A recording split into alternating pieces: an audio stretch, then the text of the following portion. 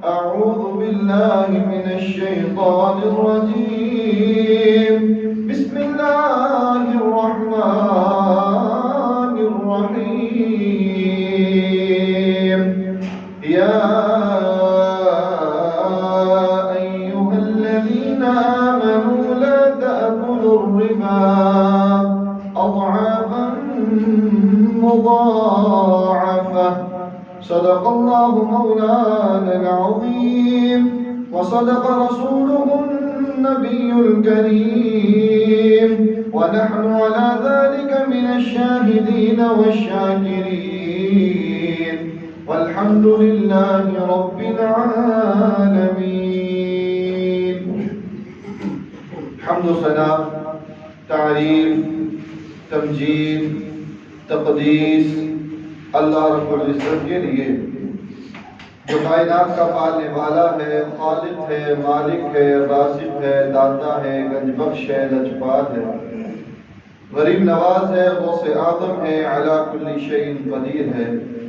درود و سلام آقا دو جہاں، امام الانبیاء، خطیب الانبیاء، امام اعظم، پیر اعظم، مرشد اعظم، رہبر اعظم، امام کائنات، نبی التوبہ، نبی الرحمہ، بشیر نذیر، سراج منیر صلی اللہ علیہ وسلم کی ذات اقدس پر ہوں.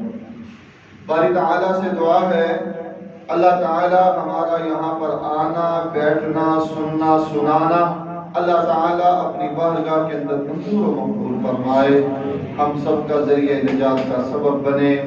اللہ تعالیٰ ہم سب کو بار بار حج اور عمرے کی سعادت نصیب فرمائے. پیغمبر علیہ السلام نے ہجرت کے بعد ایک حج کیا تھا.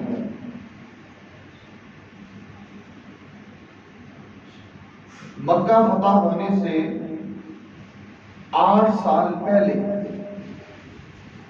مسلمانوں نے حج نہیں کیا. مکہ فتح ہوا 8 ہجری کو، رمضان کے مہینے میں مکہ فتح ہوا. اس سے پہلے مسلمانوں نے حج نہیں کیا. 8 ہجری کو مکہ فتح ہوا، رمضان کا مہینہ تھا. اس کے بعد غزوہ حنین ہوا. طائف اور دوسری لڑائیاں جو تھیں وہ مسلمانوں نے کرنی تھی، لہذا 8 ہجری کو بھی حج نہ ہوا. اگلا سال آیا 9 ہجری. اس سال بھی پیغمبر علیہ السلام نے حج نہیں کیا. پیغمبر علیہ السلام نے ابو بکر رضی اللہ تعالی عنہ کو امیر حج بنا کر روانہ کیا اور ابو بکر رضی اللہ تعالی عنہ مکہ گئے اور وہاں جا کر حج کا خطبہ جو تھا وہ ارشاد فرمایا، لوگوں کو حج کروایا اور مختصر سے لوگ وہاں پر جمع ہوئے. دور دراز کے مشرکین جو تھے وہ بھی بیت اللہ میں آئے اور انہوں نے وہاں پر حج کیا. ہم ان کو کافر کہتے ہیں، وہ اپنے آپ کو ابراہیم علیہ السلام کی ملت پر سمجھتے تھے. ان کا انداز حج کرنے کا مسلمانوں سے الگ تھا. کوئی تو ایسے بھی تھے کہ جو اپنے جسموں پر کپڑا اتار دیتے تھے، ننگے بیت اللہ کا طواف کیا کرتے تھے. پیغمبر علیہ السلام نے اس سال ارشاد فرمایا، حکم دیا کہ آئندہ سال بیت اللہ کا حج وہی کرے گا جو سنت کے مطابق کرے گا. بیت اللہ کا حج وہی کرے گا جو قرآن و حدیث کے مطابق کرے گا. اپنی من مانی سے بیت اللہ کا حج کوئی نہیں کرے گا. جو مسلمان ہوگا وہی بیت اللہ کا حج کرے گا. اگلا سال آیا 10 ہجری. پیغمبر علیہ السلام نے صحابہ میں اعلان کیا کہ لوگوں حج کی تیاری کرو، ہم نے حج کرنے جانا ہے. آپ کے ارشاد پر، آپ کے حکم پر تقریباً 1,40,000 کم و بیش صحابہ اور صحابیات جو تھے وہ بیت اللہ کا حج کرنے کے لیے آپ کے ساتھ تیار ہوئے۔ پیغمبر علیہ السلام اپنے قافلے کو لے کر مکہ پہنچے۔ اس حج کو حجۃ الوداع کہا جاتا ہے، یعنی کہ آخری حج۔ پیغمبر علیہ السلام کا پہلا حج بھی یہی تھا اور آخری حج بھی یہی تھا۔ آپ نے ساری زندگی میں صرف ایک حج کیا، اس لیے اس کو حجۃ الوداع کہا جاتا ہے کہ اس کے بعد پھر اللہ نے موقع نہیں دیا۔ پھر پیغمبر علیہ السلام ربیع الاول کے مہینے میں اپنے رب کے پاس چلے گئے۔ تو یہ آخری حج تھا جو پیغمبر علیہ السلام نے صحابہ اور صحابیات کے ساتھ 10 ہجری کو کیا۔ اللہ کے نبی صلی اللہ علیہ وسلم نے حج کا جو خطبہ ارشاد فرمایا اسے خطبہ حجۃ الوداع کہا جاتا ہے۔ اس میں پیغمبر علیہ السلام نے لوگوں کو بڑی نصیحتیں کی، لوگوں کو بڑی باتوں کا حکم دیا۔ ان میں سے چند باتیں آج اس خطبے میں آپ کے سامنے بیان کرنا چاہتا ہوں۔ پیغمبر علیہ السلام نے خطبہ حجۃ الوداع کے موقع پر جب 1,40,000 صحابہ اور صحابیات موجود تھے، آپ نے خطبہ حج ارشاد فرمایا اور کہا، لوگوں سن لو، آج تم نے جو مسائل مجھ سے پوچھنے ہیں وہ پوچھ لو، حج کے طریقے جو پوچھنے ہیں پوچھ لو۔ خذوا عنی مناسککم، تم نے جو حج کے طریقے پوچھنے ہیں، جو سوال کرنے ہیں مجھ سے کر لو۔ شاید ہو سکتا ہے کہ اگلے سال میں تم لوگوں کے درمیان موجود نہ ہوں۔ یہ پیغمبر علیہ السلام کا اللہ کے پاس جانے کا ایک اشارہ تھا۔ اور اللہ جب اپنے نبیوں کو اس دنیا میں بھیجتے ہیں تو ان کا مقصد ہوتا ہے اللہ کی دعوت دینا، توحید کی دعوت دینا، اللہ کا پیغام لوگوں تک پہنچانا۔ جب وہ پیغام مکمل ہو جاتا ہے، دعوت مکمل ہو جاتی ہے، پھر اللہ اپنے بندے کو اپنے پاس بلا لیتے ہیں۔ دین مکمل ہو گیا، شریعت مکمل ہو گئی، قرآن نازل ہو چکا۔ اب پیغمبر علیہ السلام حجۃ الوداع کے موقع پر کہہ رہے ہیں، خذوا عنی مناسککم، اے میرے صحابہ کی جماعت سن لو، اگر کسی نے مجھ سے حج کے طریقے پوچھنے ہیں تو پوچھ لو، شاید ہو سکتا ہے کہ اگلے سال تمہاری اور ہماری ملاقات نہ ہو۔ صحابہ نے آپ سے طریقے پوچھے، پھر آپ صلی اللہ علیہ وسلم نے اپنے صحابہ سے مخاطب ہوتے ہوئے ارشاد فرمایا، میرے صحابہ مجھے یہ بتلاؤ کہ یہ دن کون سا دن ہے۔ اب صحابہ تو جانتے تھے، لیکن ادباً احتراماً صحابہ کہتے ہیں اللہ ورسولہ اعلم، کہ اللہ اور اس کے رسول سب سے بہتر جانتے ہیں، آپ ہمیں بتلائیں۔ کہا ہے میرے صحابہ یہ حج کا دن نہیں ہے، یہ عظیم دن نہیں ہے۔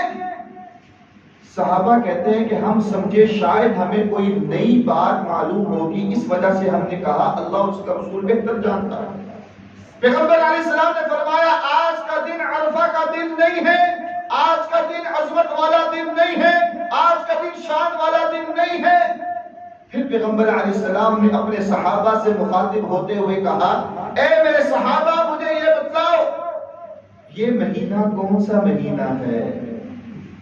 اب صحابہ تو جانتے تھے، لیکن ادباً احتراماً کہنے لگے اللہ ورسولہ اعلم، اللہ اس کا رسول سب سے بہتر جانتا ہے۔ پیغمبر علیہ السلام فرماتے ہیں میرے صحابہ یہ مہینہ ذوالحجہ کا مہینہ نہیں ہے، حرمت والا مہینہ نہیں ہے۔ کہا یا رسول اللہ صلی اللہ علیہ وسلم حرمت والا مہینہ ہے، ذوالحجہ ہے۔ پیغمبر علیہ السلام نے تیسری بات صحابہ سے پوچھی، اے میرے صحابہ مجھے یہ بتلاؤ کہ یہ جگہ کون سی ہے، یہ شہر کون سا ہے۔ صحابہ نے پھر اجمل احترام کہا اللہ و رسولہ اعلم، اللہ اور اس کا رسول سب سے بہتر جانتا ہے۔ پیغمبر علیہ السلام نے فرمایا اے میرے صحابہ، یہ بیت اللہ نہیں ہے، یہ مکہ نہیں ہے، یہ مکہ کی زمین نہیں ہے، یہ حرم نہیں ہے۔ یا رسول اللہ صلی اللہ علیہ وسلم یہ مکہ ہے، حرمت والی جگہ ہے۔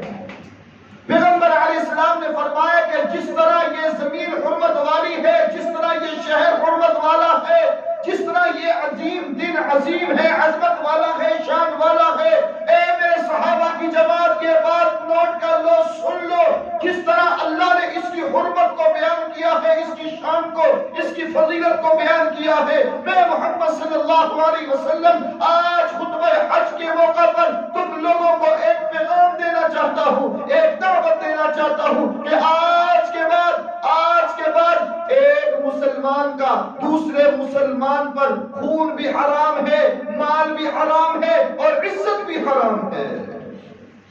یہ تین حکم پیغمبر علیہ السلام نے حجۃ الوداع کے موقع پر دیے۔ خون حرام ہے، کیا معنی ہے؟ قتل کرنا، یہ حرام کر دیا گیا۔ مال کھانا، ڈاکہ ڈال کر، چوری کر کر، قبضہ کر کے یہ مال کھانا، پیغمبر علیہ السلام نے فرمایا یہ حرام ہے، حرام ہے۔ عزت کو خراب کرنا، عزت اس کی توہین کرنا، کسی مسلمان کو بے عزت کرنا، یہ بھی تم پر حرام ہے۔ اب آج ہم نے اپنے معاشرے کی طرف دیکھنا ہے۔ ہم لوگ سمجھتے ہیں بیت اللہ کی بڑی حرمت ہے، مانتے ہیں، حرمت والے مہینوں میں سے ایک مہینہ حجۃ الوداع کا ہے، مانتے ہیں، یوم عرفہ کا جو دن ہوتا ہے بڑی عظمت والا ہے، سارے دنوں سے افضل دن ہے۔ پیغمبر علیہ السلام نے فرمایا کہ سن لو، اسی طرح میں یہ حکم دیتا ہوں کہ مسلمان کا مال، عزت اور خون حرام ہے۔ جس طرح بیت اللہ کی حرمت کو سمجھتے ہوئے ہم شکار نہیں کر سکتے، بیت اللہ کی حرمت کو سمجھتے ہوئے احرام کی حالت میں ہم پودوں کو نہیں کاٹ سکتے، یہ حرام ہے۔ شریعت نے ہمیں حکم دیا، نہ ہم شکار کر سکتے ہیں، نہ ہم پودوں کو کاٹ سکتے ہیں، کیوں؟ شریعت کا حکم ہے۔ اسی طرح پیغمبر علیہ السلام نے فرمایا کہ یہ تین چیزیں مسلمان پر حرام ہیں۔ آج اگر ہم اپنے معاشرے کی طرف غور کریں تو یہ چیز ہمیں بڑی عام نظر آتی ہے۔ مسلمانوں کو قتل کیا جا رہا ہے، مارا جا رہا ہے، خون بہایا جا رہا ہے۔ یہ قیامت کی نشانیوں میں سے ایک نشانی ہے۔ پیغمبر علیہ السلام نے فرمایا کہ قرب قیامت جو ہے وہ حرج عام ہو جائے گا۔ صحابہ نے پوچھا یا رسول اللہ صلی اللہ علیہ وسلم حرج کیا ہے؟ آپ نے فرمایا مسلمان کا خون بہانا، اس کو قتل کرنا، یہ حرج ہے۔ سینکڑوں مسلمان اس ملک پاکستان میں روزانہ قتل کیے جاتے ہیں، اور پھر ہم کہتے ہیں مسلمان خراب ہیں، پھر ہم شکوہ کرتے ہیں کہ ہمارے حالات اچھے نہیں ہیں، پھر ہم شکوہ کرتے ہیں کہ ہماری زندگیوں میں چین نہیں ہے۔ چین کیسے آئے گا؟ کیونکہ ہم نے شریعت کی حدوں کو توڑ دیا۔ آپ نے فرمایا خون نہیں بہانا، دوسرے نمبر پر آپ نے کہا مال نہیں کھانا ناجائز طریقے سے۔ اگر ہم حقوق ادا کریں گے، لوگوں کے حق کو ادا کریں گے، وراثت کے معاملات کو سنت کے مطابق، دین اور شریعت کے مطابق حل کریں گے تو پھر لڑائی جھگڑے اور چوری ڈاکہ یہ ختم ہو جائے گا۔ اور عزت والا معاملہ جس کا جہاں پر داؤ لگتا ہے وہ لگا دیتا ہے۔ کوئی انسان اگر ہماری طبیعت کے مطابق نہیں اترتا تو ہم اس کی عزت کو اچھالنا اور اس کی عزت کو خراب کرنا شروع کر دیتے ہیں۔ وہ چھوٹے لیول سے لے کر اونچے لیول تک کیوں نہ ہو، ہر جگہ یہی حال موجود ہے۔ عزت یہ سب سے قیمتی چیز ہے. لہذا پیغمبر علیہ السلام نے حجۃ الوداع کے موقع پر 1,40,000 کم و بیش صحابہ اور صحابیات کی موجودگی میں یہ حکم دیا کہ 3 چیزیں مسلمان کی دوسرے مسلمان پر حرام کر دی گئی ہیں. لہذا ہمیں بھی چاہیے کہ ہم لوگ ان چیزوں سے بچیں. اس کے بعد پیغمبر علیہ السلام نے فرمایا اے میرے صحابہ، جاہلیت کے کام جو ہیں، جاہلیت کے کام جو ہیں، میرے اللہ نے آج محمد صلی اللہ علیہ وسلم کے دونوں پاؤں کے نیچے رون دیے ہیں. جاہلیت کے سارے کاموں کو پیغمبر علیہ السلام کے دونوں پاؤں کے نیچے رون دیا گیا ہے. کیا معنی ہے کہ آج کے بعد جو بھی کام کرنا ہے، جو بھی کرنا ہے، وہ شریعت کے مطابق کرنا ہے. بڑی آواز کی کوشش کریں.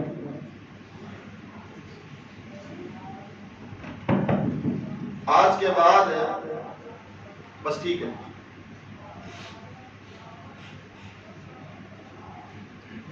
آ جائیں. پیغمبر علیہ السلام نے حجۃ الوداع کے موقع پر ارشاد فرمایا کہ آج کے بعد اللہ نے جاہلیت کے سارے کاموں کو میرے دونوں پاؤں کے نیچے رون دیا ہے. کیا معنی؟ کہ آج کے بعد صرف عمل کرنا ہے تو شریعت کے مطابق کرنا ہے. آج کے بعد عمل کرنا ہے تو دین کے مطابق کرنا ہے، سنت کے مطابق کرنا ہے. جاہلیت کے کاموں کو چھوڑ دینا. جاہلیت کے کام کون سے؟ پہلے نمبر پر نوحہ کرنا ہمارے معاشرے میں عام ہے اور اب یہ شروع ہونے والا ہے. نوحہ کرنا، اپنے آپ کو پیٹنا، اپنے گریبان کو چاک کرنا، اپنے رخساروں کو پیٹنا، نوحہ کرنا، ماتم کرنا. پیغمبر علیہ السلام نے فرمایا کہ یہ حرام ہے، اس سے بچ جاؤ. جاہلیت کی عورتیں جو تھیں ان پر جب کوئی غم آتا، کوئی تکلیف آتی تو وہ اپنے بالوں کو منڈوا دیتی تھی، اپنے بالوں کو کٹوا دیتی تھی. اور بعض عورتیں اپنے آپ کو مار دیتی تھی. پیغمبر علیہ السلام نے فرمایا کہ یہ عمل حرام ہے، حرام ہے. آپ نے فرمایا کہ بعض لوگ جاہلیت کے طور طریقے کو اپناتے ہوئے اپنے نسب پر فخر کرتے، نسب پر فخر کرتے کہ میری یہ ذات ہے، میری یہ برادری ہے، میری یہ ذات ہے، میری ذات اونچی ہے، اس کی ذات نیچی ہے. آپ نے ان چیزوں سے بھی منع فرمایا. آپ نے حجۃ الوداع کے موقع پر یہ اعلان کیا، لوگوں کو واعظ کی کہ لوگوں سن لو، آج کے بعد کسی گورے کو کسی کالے پر، کسی کالے کو کسی گورے پر، کسی عربی کو کسی عجمی پر، اور کسی عجمی کو کسی عربی پر کوئی فوقیت حاصل نہیں. سارے کے سارے برابر ہے. صرف ایک چیز ہے، ایک معیار ہے، اور وہ صرف اور صرف اللہ کا ڈر ہے، تقویٰ ہے. جس کے اندر تقویٰ ہوگا وہ اللہ کے ہاں عزت والا ہوگا، وہ اللہ کے ہاں احترام والا ہوگا. اس کے علاوہ کسی گورے کو کسی کالے پر، کسی کالے کو کسی گورے پر، عربی کو عجمی، عجمی کو عربی، امیر کو غریب اور غریب کو امیر پر کوئی فوقیت حاصل نہیں ہے. سارے برابر ہیں. اور اللہ نے ایسا کیا، ایسا قانون بنایا، اس پر عمل ہوا. لوگوں نے دیکھا بلال حبشی کون تھے؟ ان کا خاندان اونچا نہیں تھا، موٹے موٹے ہونٹوں والے، ان کے پاس دولت نہیں تھی، لیکن رب نے جو مقام دیا، جو مرتبہ دیا، کہا بلال اٹھو اور بیت اللہ کی چھت پر کھڑے ہو کر اذان کہو. یہ چھوٹا اعزاز نہیں ہے، رب کا حکم تھا. جب پیغمبر علیہ السلام معراج پر گئے تو اس وقت کیا ہوا؟ کہا جبریل یہ چلنے کی آواز کس کی ہے؟ کہا یہ آپ کے پیارے صحابی بلال کی ہے، جو چلتے زمین پر ہیں لیکن ان کی قدموں کی آواز آسمان پر سنائی دیتی ہے.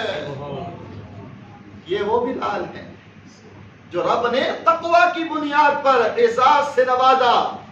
اگر حسب و نسب کی بات ہوتی، اگر خوبصورتی اور مال کی بات ہوتی تو ابو لہب بڑا خوبصورت تھا، بہت بڑا قبیلہ تھا، قریشی قبیلہ تھا، مال بھی تھا، دولت بھی تھی، اولاد بھی تھی، سب کچھ تھا، لیکن میرے رب نے جہنم کے گڑھوں میں اس کو پھینک دیا، کیونکہ اللہ کے ہاں صرف مقام اور معیار وہ ہے، صرف تقوی ہے۔ آپ نے فرمایا کہ آج کے بعد جاہلیت کے سارے کام جو ہیں میرے اللہ نے میرے پاؤں کے نیچے رون دیے ہیں۔ اللہ کے ہاں عزت والی بات صرف تقوی ہے، جو تقوی اختیار کرے گا وہ دنیا میں عزت اور نام کمائے گا، اور جو تقوی اختیار نہیں کرے گا وہ اس دنیا میں ذلیل اور رسوا ہو جائے گا۔ حجۃ الوداع کے موقع پر پیغمبر علیہ السلام نے جو چوتھا اعلان کیا وہ آپ نے فرمایا، اے میرے صحابہ، آج کے بعد جتنے پیچھے خون ہوئے ہیں میں محمد صلی اللہ علیہ وسلم سارے کے سارے معاف کرتا، سارے کے سارے معاف کرتا۔ کیا معنی؟ جب آپ نے حج کیا 10 ہجری تھی، اس سے پہلے بدر کی لڑائی ہوئی، احد کی لڑائی ہوئی، خندق کی لڑائی ہوئی، حنین ہوئی، تبوک ہوئی، بڑی بڑی لڑائیاں ہوئی، اس میں مسلمانوں کو بھی مارا گیا، کافر بھی مرے، اور بڑے بڑے لوگ اس دنیا سے چلے گئے۔ کافروں نے مسلمانوں کو شہید کیا، بعد میں وہ مسلمان ہو گئے، اب ان کے خاندان والے، اب ان کے قبیلے والے، ان کے بہن بھائی جو تھے وہ وہاں پر موجود تھے۔ آپ نے فرمایا جو پیچھے ہوا سو ہوا، اب یہاں پیغمبر علیہ السلام میں محمد اعلان کر رہا ہوں صلی اللہ علیہ وسلم کہ آج کے بعد پچھلا جو کچھ معاملہ ہو گیا میں سارا کا سارا معاف کرتا ہوں، تم بھی معاف کر دو، کوئی کسی سے بدلہ نہیں لے گا، کیونکہ سارے مسلمان آپس میں بھائی بھائی، انما المؤمنون اخوہ، سارے مسلمان آپس میں بھائی۔ 5واں حکم پیغمبر علیہ السلام نے جو ارشاد فرمایا وہ یہ ہے، آپ نے کہا ہے میرے صحابہ سن لو، آج میں محمد صلی اللہ علیہ وسلم اعلان کر رہا ہوں کہ جو پیچھے سود والا معاملہ ہوتا رہا، سودی کاروبار ہوتا رہا، سود لیا بھی، سود دیا بھی، سود کھایا بھی، سود کھلایا بھی، لیکن آج حجۃ الوداع کے موقع پر میں محمد صلی اللہ علیہ وسلم کہہ رہا ہوں کہ آج کے بعد نہ کوئی سود لے گا اور نہ کوئی سود دے گا، نہ کوئی سود کھائے گا اور نہ کھلائے گا، جس نے دینا ہے وہ بھی ختم، جس نے لینا ہے وہ بھی ختم، بس آج کے بعد سودی معاملات ختم ہو جائیں گے۔ اور آج ہم اپنے ملک کی طرف دیکھیں تو ہمارا ملک جو ہے وہ پورے کا پورا سود پر چل رہا ہے۔ سود یہ بہت بڑی لعنت ہے، اللہ اس کے رسول صلی اللہ علیہ وسلم کے ساتھ جنگ ہے۔ آج ہم لوگ یہ کہتے ہیں یہ مجبوری ہے، اس کے بغیر گزارا نہیں، لہٰذا میں یہ قسطوں پر لے لیتا ہوں، اب اس کے بعد جو ہے وہ میں سودی چیز نہیں لوں گا، سودی کام نہیں کروں گا۔ یہ شیطان کی طرف سے دیا ہوا ایک بہکاوا ہی ہے۔ کیوں؟ شیطان کہتا ہے یہ کام کر لے پھر توبہ کر لے، اچھا وہ کام کر لیتا ہے، تھوڑا سا گزرتا ہے، اس کے ذہن میں ایسی بات ڈال دیتا ہے کہ وہ پھر تیار ہو جاتا ہے کہ نہیں اب یہ میری اس سے زیادہ ضرورت ہے۔ آپ نے فرمایا آج ہی عزم کرو، آج ہی ارادہ کرو، جو کچھ ہو گیا، جو کچھ سودی معاملات تھے سارے کے سارے ابھی ختم۔ اگر پیسے دینے ہیں فوری دے دو، فوری ادا کر دو، اگر پیسے نہیں دے سکتے تو چیز واپس کر دو، اپنے گھروں سے سودی لعنت کو ختم کرو۔ اسی میں ہماری کامیابی ہے، اسی میں ہماری کامرانی ہے۔ حجۃ الوداع کے موقع پر پیغمبر علیہ السلام نے جو مسلمانوں کو نصیحت کی، وعظ کیا، وہ آپ نے کہا کہ سودی معاملات ختم کر دو۔ اور ہمارے ملک پاکستان کی حالت کچھ اس طرح ہے کہ کچھ علماء نے ہائی کورٹ میں ایک رٹ دائر کی تھی کہ اس ملک کے نظام کو سودی معاملات سے بالکل پاک کیا جائے. یہ ملک جو ہے، ملک پاکستان جو ہے، اس کو سود کے بغیر چلایا جائے. پھر کیا ہوا؟ ہائی کورٹ نے کیا کہا تھا؟ انہوں نے کہا یہ تو ملک کے حکومت کے خلاف یہ باتیں جا رہی ہیں، لہذا آپ اسلامی شرعی عدالت میں چلے جائیں. وہ رٹ جو تھی وہ پھر سپریم کورٹ میں گئی. سپریم کورٹ میں رٹ دائر کی گئی کہ یہ ملک پاکستان ہے، مسلمانوں کا ملک ہے، لہذا اس ملک کو سود سے پاک کیا جائے، سودی نظام کو ختم کیا جائے، کیونکہ یہ اللہ اور اس کے رسول صلی اللہ علیہ وسلم کے ساتھ جنگ ہے. اب سپریم کورٹ بھی کیا کہتا تھا کہ نہیں، یہ معاملہ جو ہے یہ آپ کا حکومت کے خلاف جا رہا ہے، لہذا آپ جو ہیں وہ اسلامی شرعی عدالت میں لے کر جائیں یہ معاملہ. کیا ہوا؟ یہ ملک پاکستان، کلمہ گو مسلمان، شریعت کے علمبردار مسلمان، 17 سال لگے. کتنے سال لگے؟ 17 سال. رٹ کو دائر کرنے کے بعد 17 سال کے بعد یہ فیصلہ آیا. 17 سال تک یہ کیس چلتا رہا اور 17 سال کے بعد انہوں نے یہ فیصلہ سنایا کہ یہ سودی کاروبار کرنا، سودی معاملات کرنا، یہ سودی قرضے لین دین کرنا یہ حرام ہے. اس ملک کو سود کے بغیر چلایا جائے، یہ فیصلہ آیا. پھر کیا ہوا؟ پھر یہ ہوا کہ یہی ہمارے حکمران جن کے پیچھے ہم لڑائیاں کرتے ہیں، پھر یہی حکمران، وہ نون والے ہوں یا پی پی والے ہوں یا تحریک انصاف والے ہوں، یہی حکمران پھر عدالت میں گئے اور عدالت میں جا کر یہ بیان دیتے ہیں کہ یہ ملک سود کے بغیر نہیں چل سکتا، لہذا اس فیصلے پر نظر ثانی کی جائے، اس موقف کو، فیصلے کو بدلا جائے. اب ہم نے دیکھنا ہے کہ ہم کس پارٹی کے ہیں، ہم نے دیکھنا ہے کہ ہماری سیاست کس پارٹی کے ساتھ ہے. آج ہم جو بیرون ممالک سے، IMF سے جو قرضے لیتے ہیں وہ کس بنیاد پر ہیں؟ وہ سود کی بنیاد پر ہے. روزانہ ڈالر جو ہے وہ آسمانوں سے باتیں کر رہا ہے. یہ قرضہ سود جو ہے یہ دن بدن 3 دگنا 4 دگنا ہوتا جا رہا ہے. یہی ہمارے حکمران پھر گئے، یہی حاکم گئے اور انہوں نے وہاں جا کر اپنا موقف پیش کیا کہ اس فیصلے پر نظر ثانی کی جائے، اس فیصلے پر غور کیا جائے، اس فیصلے کو بدلا جائے، کیونکہ یہ ملک سود کے بغیر نہیں چلتا. خدا را اپنی سوچ کو، اپنی نظریات کو، اپنے منہج کو سمجھیں اور سود کے خلاف جو ہے اپنی آواز کو بلند کریں اور کم و بیش ایسے وقت کا ساتھ دیں، ایسے لوگوں کا ساتھ دیں، ایسی چیزوں کا ساتھ دیں کہ جو سود کے خلاف کھڑے بنے. وگرنہ قیامت والے دن کیا ہوگا؟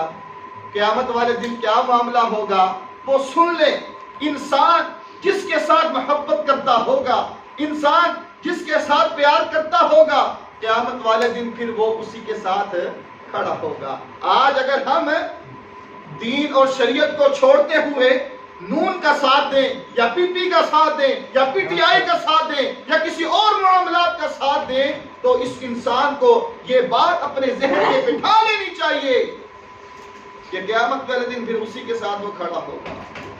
پیغمبر علیہ السلام نے حجۃ الوداع کے موقع پر یہ اعلان کر دیا، سودی کاروبار ختم، سودی لین دین ختم.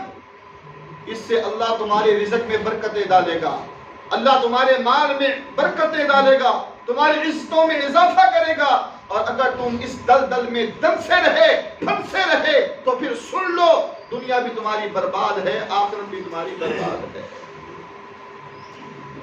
چھٹا پیغام حجۃ الوداع کے موقع پر جو پیغمبر علیہ السلام نے دیا وہ یہ ہے کہ اے میرے صحابہ، عورتوں کے معاملے میں اللہ سے ڈرتے رہنا، عورتوں کے ساتھ انصاف برتنا، عورتوں کا خیال رکھنا، عورتوں کے ساتھ انصاف کے ساتھ سلوک کرنا.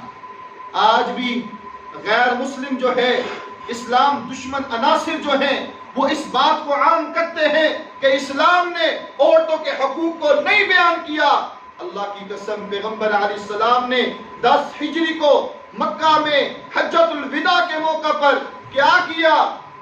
1,40,000 کے مجمع میں یہ بات لوگوں کے سامنے پیش کی کہ لوگوں، عورتوں کے حقوق کا خیال رکھنا، عورتوں کے ساتھ ناانصافی نہ کرنا، عورتوں کے ساتھ زیادتی نہ کرنا، بلکہ جو تمہاری بیویاں ہیں جن کو اللہ کے نام پر تم نے لیا ہے، جب انسان کا نکاح ہوتا ہے تو خطبہ پڑھا جاتا ہے، قرآن کی آیات پڑھی جاتی ہیں، حدیث کو بیان کیا جاتا ہے، ایجاب و قبول کروایا جاتا ہے، اللہ کے نام پر اس کو تمہارے ساتھ منسلک کر دیا جاتا ہے، وہ تمہارے لیے حلال ہو جاتی ہے. پیغمبر علیہ السلام نے فرمایا جب عورت تمہارے لیے حلال ہو جائے، وہ بیوی کی صورت بن کر تمہارے پاس آئے، اگر عورت ماں کی صورت میں ہے، اگر عورت بیٹی کی صورت میں ہے، اگر عورت بہن کی صورت میں ہے، تو تمہیں چاہیے ان کے ساتھ انصاف کرو، ان کے ساتھ زیادتی نہ کرو، ان کے ساتھ ظلم نہ کرو. یہ حجۃ الوداع کے موقع پر پیغمبر علیہ السلام نے پیغام دیا، واعظ کیا، نصیحت کی. 7واں پیغام پیغمبر علیہ السلام نے جو حجۃ الوداع کے موقع پر ارشاد فرمایا وہ کیا؟ بس بیٹھ جاؤ یار، 10 منٹ رہ کے بیٹھ جاؤ. یہ چلنا پھرنا پورے معاملے کو ڈسٹرب کر دیں. یا تو آپ پہلے انتظام کر کے رکھیں یا اس کو چھوڑ دیں.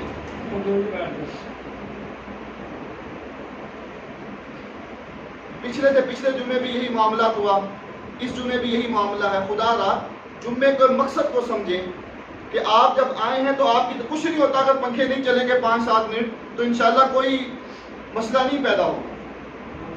حجۃ الوداع کے موقع پر پیغمبر علیہ السلام نے جو ارشاد فرمایا 7واں، وہ یہ تھا، آپ نے کہا اے میرے صحابہ، میں نے اللہ کا دین تم تک پہنچا دیا، قرآن و حدیث کی شکل میں دین تمہارے پاس آ گیا ہے، اب تم اس کو تھام لو. اگر تھام لو گے تو تم پھر کبھی گمراہ نہیں ہوگے، راستے سے بھٹکو گے نہیں بھٹکو گے، بلکہ اس دین کو تھام لو اور اس پر عمل کرو. دنیا بھی تمہاری کامیاب ہو جائے گی، آخرت بھی تمہاری کامیاب ہو جائے گی. یہ پیغام تھا حجۃ الوداع کا، یہ واعظ تھا پیغمبر علیہ السلام کا. مختصر سا خطبہ آپ نے 1,40,000 کے مجمع میں ارشاد فرمایا، اور یہ نصیحتیں آپ نے صحابہ کو بھی کی، اور یہ نصیحتیں ہمارے لیے بھی ہیں کہ ہم ان پر عمل کریں اور دنیا میں زندگی گزاریں. اگر ان کو اپناتے ہوئے ہم زندگی بسر کریں گے، ہماری دنیا بھی کامیاب ہو جائے گی، ہماری آخرت بھی کامیاب ہو جائے گی. اللہ ہمیں پیغمبر علیہ السلام کی نصیحتوں پر عمل کرنے کی توفیق عطا فرمائے. آپ کے جو احکامات ہیں، آپ کے جو ارشادات ہیں، ان کے مطابق زندگی اللہ ہمیں بسر کرنے کی توفیق عطا فرمائے. چلو بھائی.